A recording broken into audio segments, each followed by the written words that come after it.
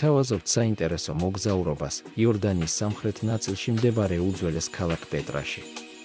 ამ ქალაქს ნამდვილად შეიძლება ეწოდოს პლანეტის ერთ-ერთი ყველაზე ბრწყინვალე და იდუმალი ადგილი. მთებში ვარდისფერ ქვიშაქვის კლდეებში გამოკვეთილი პეტრა არა მხოლოდ არქიტექტურის გამორჩეული ნიმუშია, არამედ გლობალური მნიშვნელობის ისტორიული ძეგლია, რომელიც დღესაც აგრძელებს ჩვენს გაოცებას და აღფრთოვანებას თავისი იდუმალი არქიტექტურული ნაგებობებით.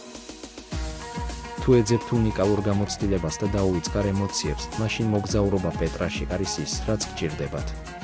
თუ შანსი გექნებათ, აუცილებლად გამოიყენეთ, რათა იგრძნოთ სიძველისა და საიდუმლოების სული დედამიწის ერთ-ერთ ყველაზე გასაოცარ ადგილას.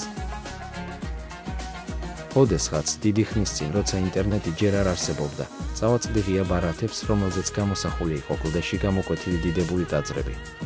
მაშინ ვერც კი გავბედავდი იმაზე ფიქრს, რომ ამ ადგილს ოდესმე რეალურად ვნახავდი. იმ დროს რიგითი საბჭოთა ადამიანის ოცნების ზღვარი ბულგარეთში ორგანიზებულ ტურში მონაწილეობაზე გადიოდა ან საუკეთესო შემთხვევაში იუგოსლავიაში მოხვედრაზე. მაგრამ დრო შეიცვალა და იდუმალი უძველესი ქალაქი პეტრა, ვარდისფერ ქვიშაქვის კლდეებში გამოკვეთილი, რეალურად წარსდგა ჩემს წინაშე. პეტრა ნაბატეების სამეფოს დედაქალაქი იყო. ნაბატეების იმპერია, რომელიც 7 საუკუნის განმავლობაში არსებობდა, ფარავდა დღევანდელი იორდანიის, სირიის, ისრაელის და საუდის არაბეთის ტერიტორიებს. ეს იყო უკიდურესად განვითარებული ცივილიზაცია თავისებური სოციალური სტრუქტურითა და დამწერლობის სისტემით.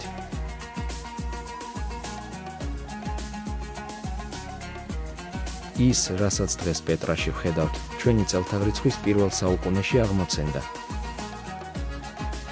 რომაელები ქალაქში ჩვენი წელთაღრიცხვით პირველ 1000 წლებში შევიდნენ. დიახ, ისინი უბრალოდ შევიდნენ ადგილობრივ ხელისუფლებასთან შეთანხმებით, რადგან რომის ძლიერმა ჯარმაც კი ვერ შეძლო ძალით ქალაქის აღება. ამრიგად, ნაბატეების სამეფო ნებაყოფლობით გახდა რომის იმპერიის ნაწილი. ნაბატეების სახელმწიფო გახდა რომის პროვინცია და ეწოდა არაბია პეტრია.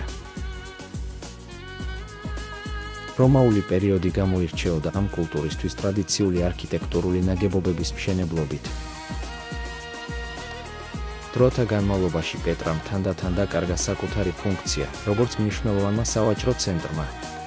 ჩვენი წელთაღრიცხვით მეორე საუკუნეში სავაჭრო გზების ცვლილების ფონზე იგი ერთგვარად მიტოვებულ იქნა. ქარავნები აქ უფრო და უფრო იშვიათად ჩამოდიოდნენ და მოსახლეობამ დაიწყო ქალაქის დატოვება სამუშაოსა და უკეთესი ცხოვრების საძიებლად.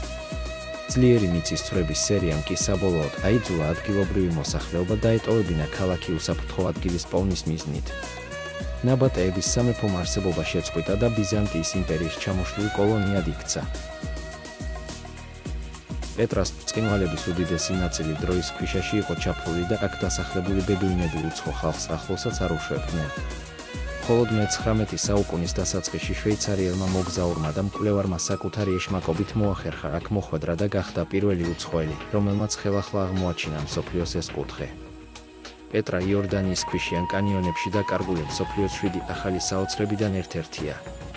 ის გვაოცებს თავისი მისტიური გარეგნობითა და სიდიადით. თუ ვინმე მარიცის, მსოფლიოს უძველესი 7 საოცრებიდან დღემდე მხოლოდ ხეოფსის ეგვიპტის პირამიდაა შემორჩენილი.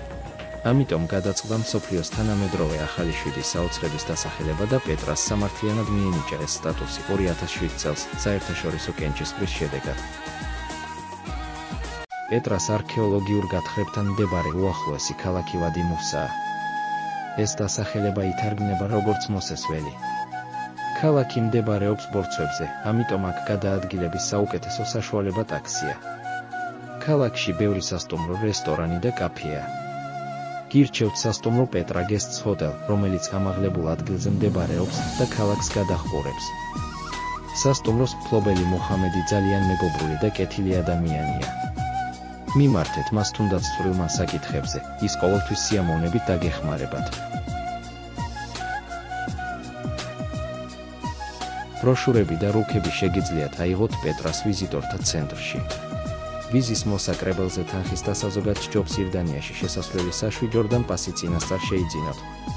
ეს იგივე ვიზაა, პლუს ბილეთი, რომელიც საშუალებას იძლევა, რომ უფასოდ მოინახულოთ 40-ზე მეტი ღირსშესანიშნაობა, მათ შორის პეტრა. ეს უფრო მომგებიანია ვიდრე ცალკე ვიზის გაფორმება და ცალკე მუზეუმების და ღირსშესანიშნაობების მოსანახულებელი ბილეთების ყიდვა.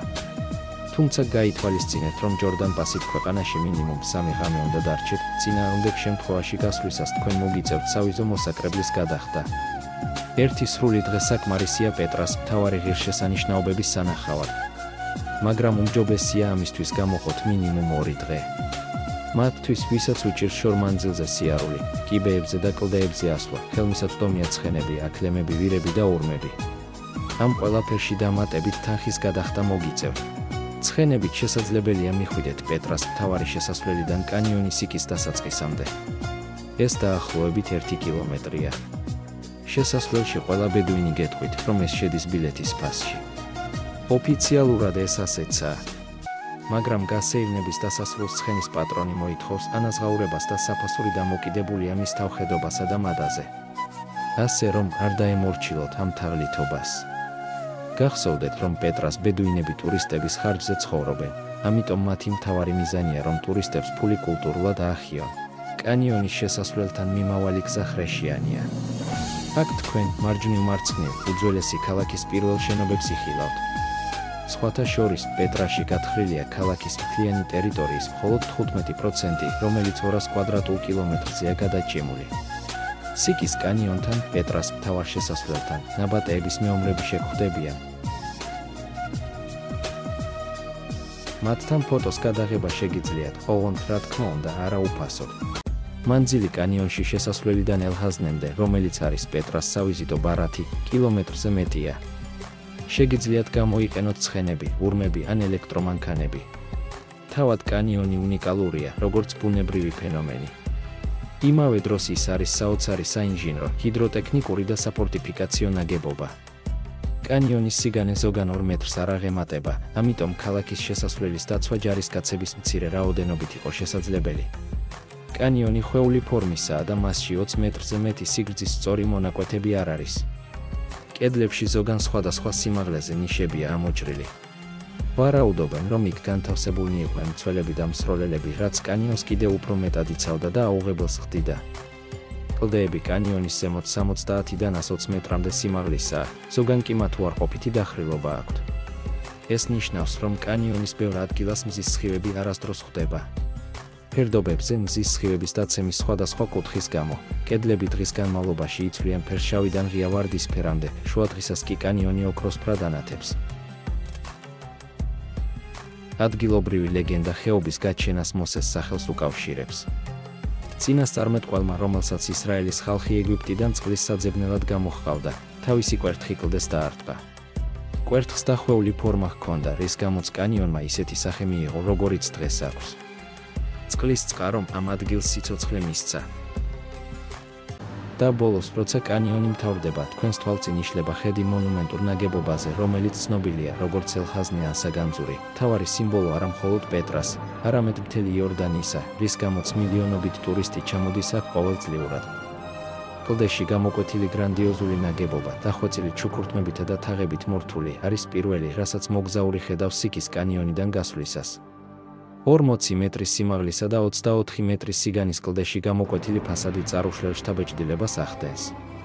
ეს ნაგებობა ბევრისთვის ცნობილია ფილმის ინდიანა ჯონსი და ბოლო ჯვაროსნული ლაშქრობის წყალობით.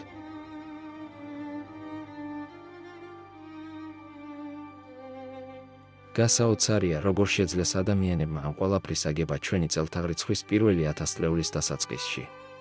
ზოგიერთი ვერსიით უძველესი ხელოსნები თოკებზე ჩამოდიოდნენ და მთელი ეს სასწაული კლდეებში გამოკვეთეს.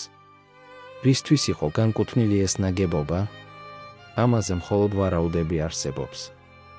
შესაძლოა, აქ მართლაც საგანძური იყო.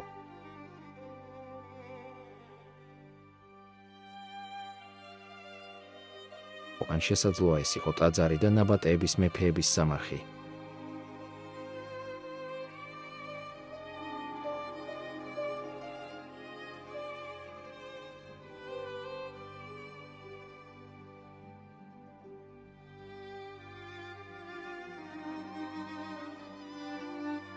მეორე ვარიანტს ის ფაქტი ამყარებს, რომ ცნობილი ტაძრის ქვეშ აღმოაჩინეს სამარხი, რომელიც შეიცავს მინიმუმ 12 ადამიანის ნაშთებს და ძვირფას არტეფაქტებს, რომელთა წლოვანებაც 2000 წელს უტოლდება. ქალაქი საუკუნეების მანძილზე იზიდავდა განძის მაძიებლებს. მათ ალბათ მოისმინეს ლეგენდები ენით აუწერელ სიმდიდრეზე, რომელიც პეტრაში ინახებოდა ეგვიპტელი ფარაონების და მოგვიანებით ხმელთაშუა ზღვის მეკობრეების მიერ. სინამდვილეში ძნელი იყო საცავისთვის უკეთესი ადგილის პოვნა, ვიდრე კლდეში, რომელიც დამალული იყო ძნელად გასავლელი, მაგრამ ადვილად დაცული კანიონის სიღრმეში. პეტრა მართლაც ნახსენებია ძველ ეგვიპტურ ქრონიკებში, სადაც ალბათ იყო კიდეც საუბარი ფარაონების საგანძურზე. ელჰაზნე გვირგვინდება უზარმაზარი ქვის ურნით, რომელიც სავარაუდოდ შეიცავდა ოქროსა და ძვირფას ქვებს.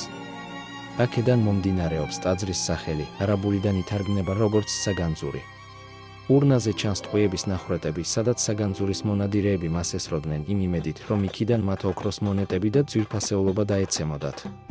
ამ მიზნით დაანგრიეს ტაძრის ერთ-ერთი სვეტი, რომელიც მოგვიანებით აღადგინეს. დანამდვილებით შეუძლებელია იმის თქმა, იპოვა თუ არა ვინმემ ამ ქალაქში განძი. თუმცა დღეს ეს ადგილი უამრავ ადამიანს იზიდავს პლანეტის სხვადასხვა კუთხიდან. როგორც წესი, ხაზინის წინ მოედანიწლის ნებისმიერ დროს სავსეა ტურისტებით. მაგრამ მე აქ ვიყავი შუადღის მერე და იმ დღეებში, როდესაც მეზობელი ისრაელში არ იყო სიწყნარე და ამიტომ ტურისტების ნაკადი იორდანიაში მკვეთრად შემცირდა. ელჰაზნესთან მდგომი, თითქმის მარტო, გრძნობდი თავს იმ შვეიცარიელ მკვლევარად და მოგზაურად, რომელმაც მუსლიმ მომლოცველად მოაქცია თავი და მოახერხა აქ მოხვედრა და ხელახლა აღმოაჩინა ეს ადგილი მსოფლიოსთვის 2 საუკუნის წინ.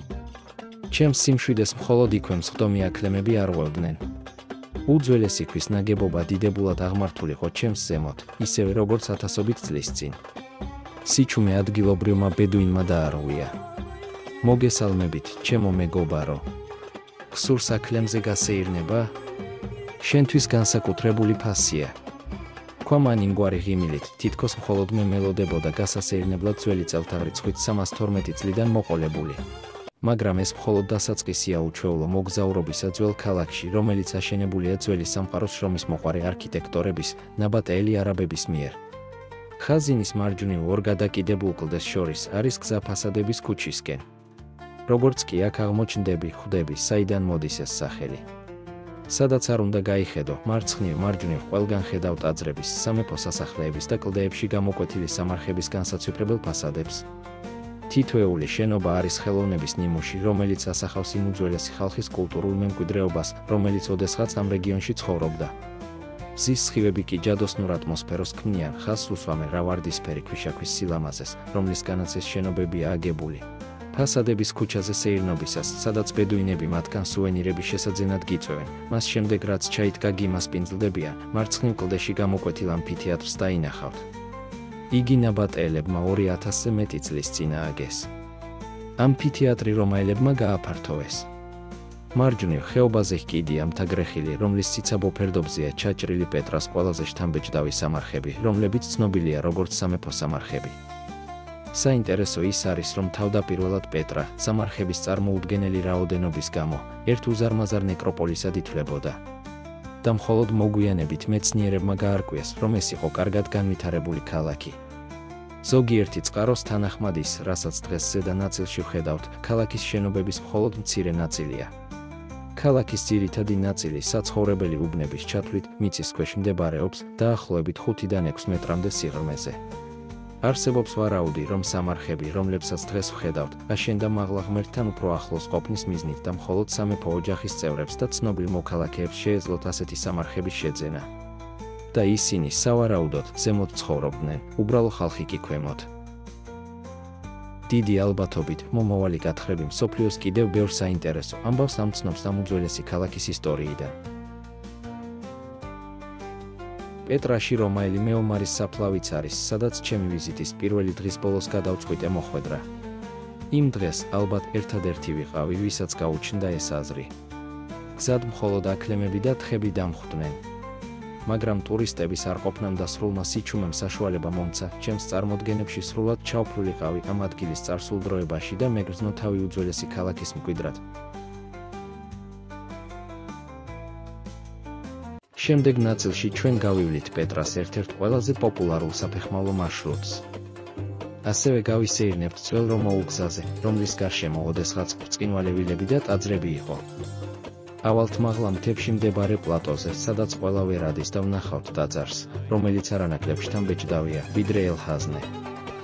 გავიგებთ, თუ როგორ მოიპოვებდნენ და ინახავდნენ პეტრას მაცხოვრებლები წყალს. ვესტუმრებით ოჯახს, რომელიც დღემდე გამოქვაბულში ცხოვრობს. დავესწრებით ღამის შოუს ხაზინის წინ, როდესაც ათასობით ფარანი ანათებს, რომლებიც ქმნიან იდუმალ და ზღაპრულ ატმოსფეროს. და ბოლოს, დროის მანქანით ვიმგზავრებთ და ვესტუმრებით უძველესი სამყაროს ამ საოცარ ქალაქს მისი აყვავების ეპოქაში.